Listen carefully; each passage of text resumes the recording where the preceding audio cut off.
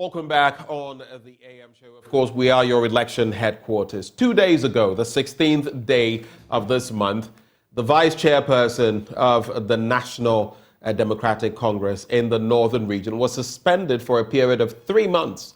We do not know as yet whether there will be criminal proceedings against him, but he is said to have assaulted another member of the executive, and for which reason this entire tussle took place in the Northern region. The party's office was taken over by some irate members of the NDC. Well, joining us for a conversation on that, we have Mustapha Gbande. He is Deputy General Secretary of the National Democratic Congress. Mr. Gbande, a very good morning to you, sir. Good morning, and thank you for having me. It's a pleasure having you. Since it's the first time we're interacting this year, I feel it's in order. It's late in the month, but Happy New Year to you. Happy New Year to you, my brother. All right. Tell me, what exactly has happened? Of course, we know of what has befallen Alhaj Hamid. I have heard different accounts. Walk us through from the beginning to the end what you know as party executives. Well, thank you very much. What is important to note is that over the weekend, which is last week, we heard of such an incident happening between two officers of the party who are regional executives.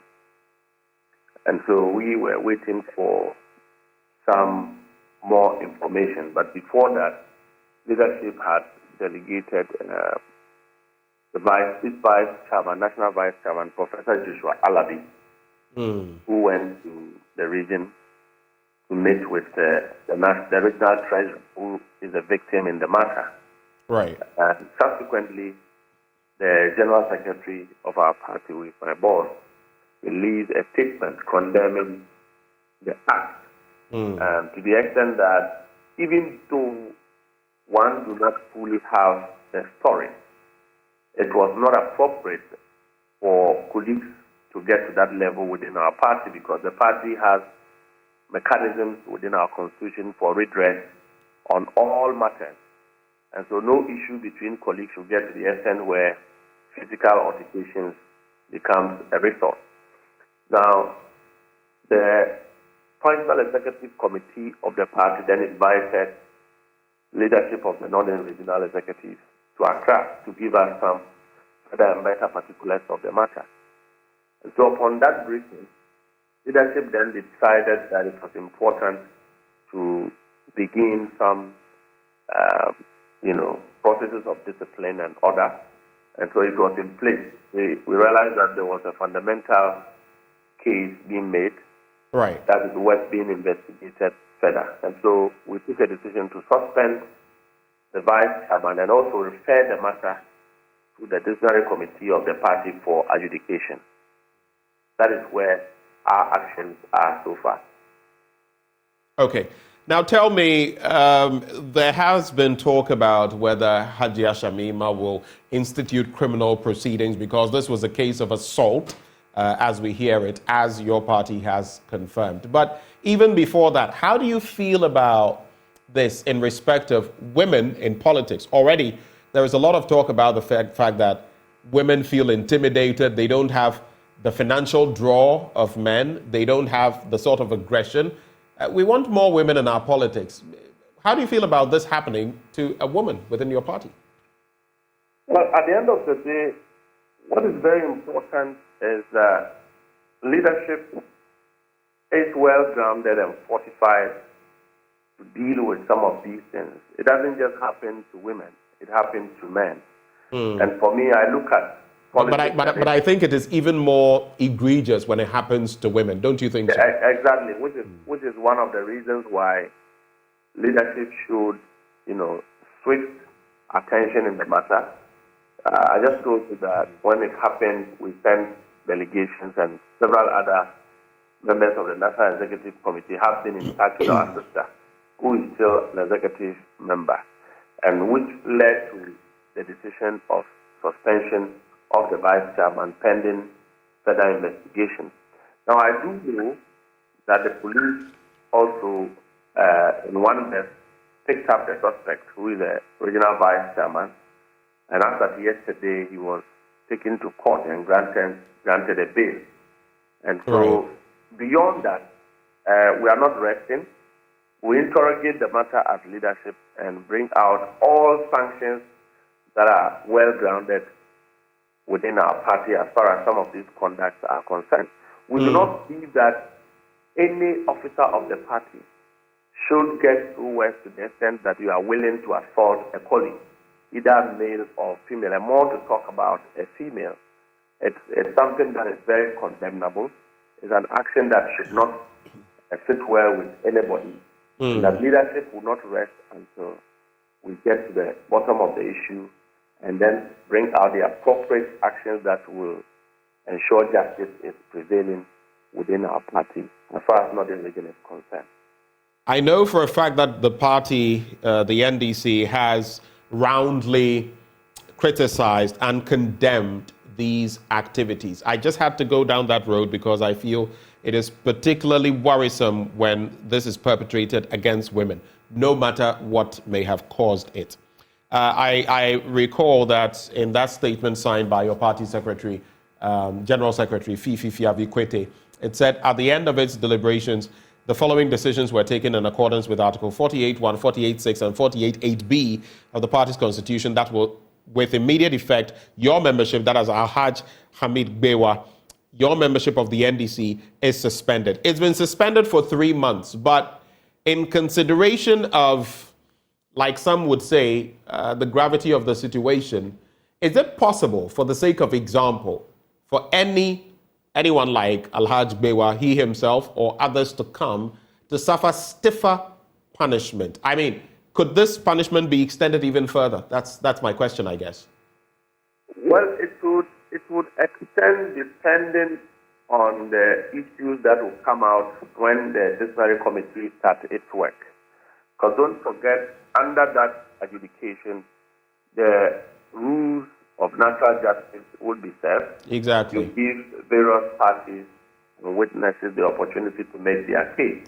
Right. And don't forget that once you are before the disciplinary committee of the party at the apex level, it's just like being at a court, and that if you are wrong, you'll be dealt with in accordance with law. And that one, I can assure you that the NDC and its leadership is positioned and ready to deal with any such issues that come up. And I can assure you that if he is not able to defend himself, the punishment may even go more harsher than it is right now. Tell me, Hajia Shamima, do you know her current state? I hear she was physically assaulted, the face, among other things. Do you know how she is now? As we speak, like I indicated earlier, we have sent the National Vice Chairman, several other officers to engage with her at the party. I haven't spoken to her personally, but my senior colleagues and bosses have been in touch with this matter. And I think that our sister is still well, she's okay. She was treated and discharged the same day. Right. And as we speak, I'm told that she's fine, she's okay. There's nothing different from injuries that she has sustained from that act. Right. And so I believe that she should be fine. Okay. Mustafa, please hold for me. Let me also bring in Mohammed Abdul Salam, Northern Regional Secretary of the NDC, on the phone line. We know that there's been a bit of misunderstanding in respect of what is happening and whether it even should be happening. Mr. Salam, a very good morning to you. Good morning, and thank you for having me. Right. I've heard the story of what happened from Mustafa Gbande, your Deputy General Secretary. But I want to hear from your mouth. I want to suppose you were at this event or you are closer to what happened. What exactly happened and how come the Vice Chair laid his hands on Hajia Shamima? Can you just narrate to us what happened from your end? Well, the facts are not different from what Mustafa has already stated. Okay. I don't need to belabor the point. But you were there. Did you see the assault happen? Yes, I was there. It happened in my office, actually. In your office? Yes. What triggered it? Well, it is something the two of them can best explain. It is But it like happened in your office. You were there. It happened in your office. You were there. What I'm saying is that people cannot just start fixing on seeing each other. It is an old grudge. I mean, it is after the event, the narration that's coming from both sides indicate that they had disagreement. Right? That's all I know. But exactly what triggered the incident in the office, nothing triggered. The two faced each other and the man assaulted the woman. I see. And I mean, so you were there. Did you intervene? I more than intervened. Okay. And if you were to speak to the woman, she would have told you that, but for my presence, things could have escalated. Yes. I see.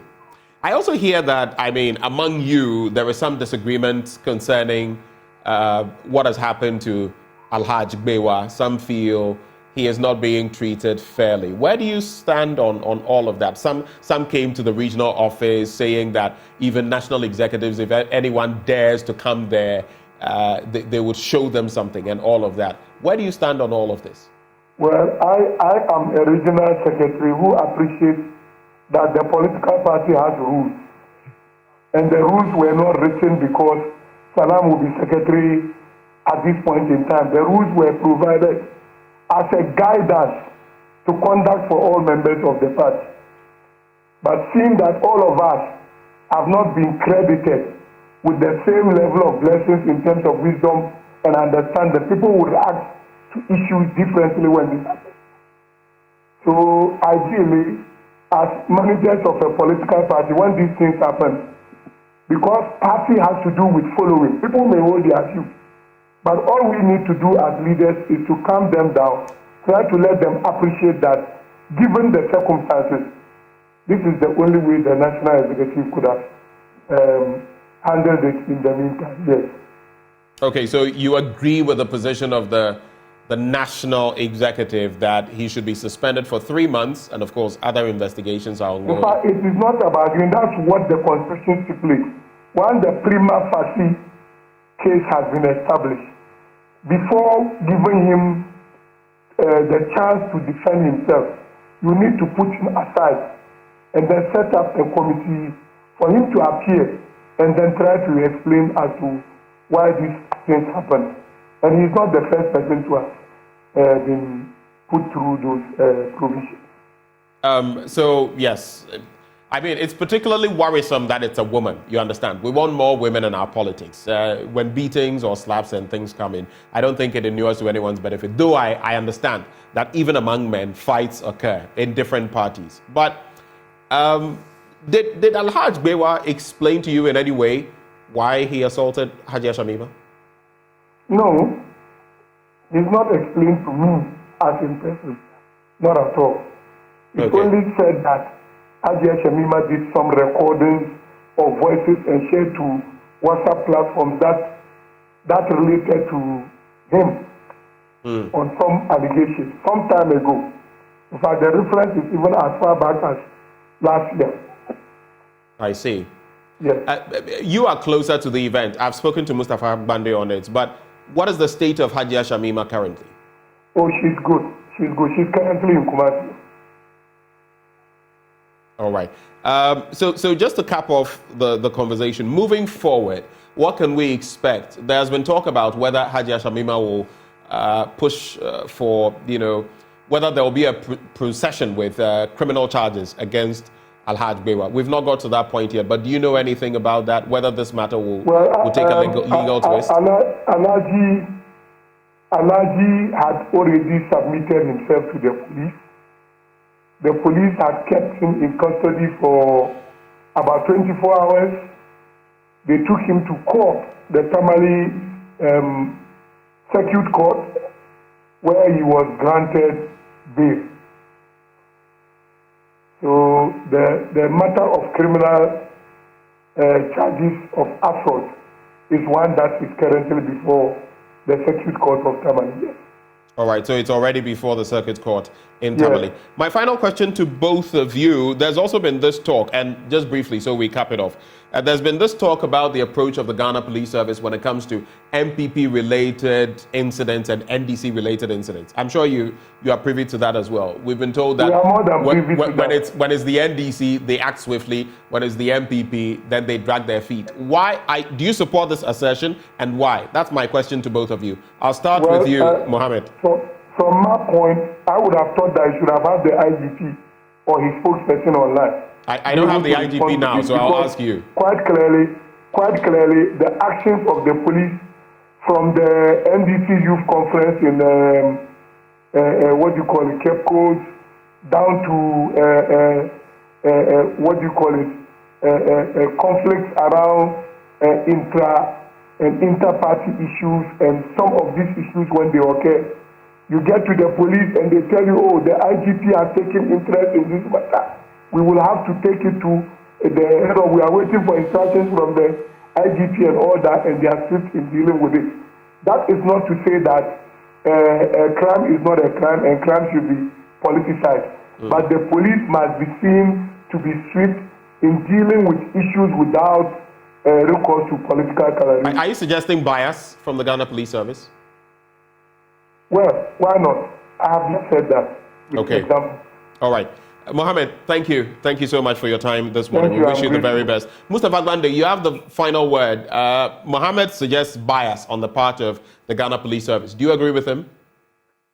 Well, it's a reservation that I have been making for a long time, that we need to have state institutions who work irrespective of persons or groups who are concerned and where they affiliate.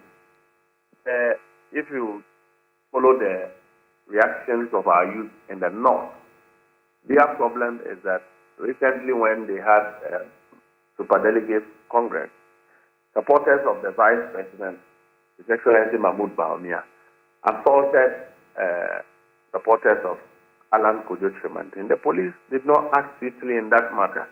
But when it has to do with NDC, they will do so and do so with the alacrity that. Okay, so I just want, we have to go. I just want to find out. So you believe there is bias against the NDC? I believe that some way, somehow, there's no fairness in the discharge of some of these things by the Ghana Police Service. But that is not to say that people must take the law into their hands. Once you are the pleasure of the law, you must submit yourself to the law. Whichever way it is, the law can deal with you. All right. Thank you so much, Mustafa, for joining the conversation. Those you heard on this beat, Mustafa Gbande, Deputy General Secretary of the NPP, and of course, Mohammed Abdul Salam, Northern Regional Secretary of the NDC.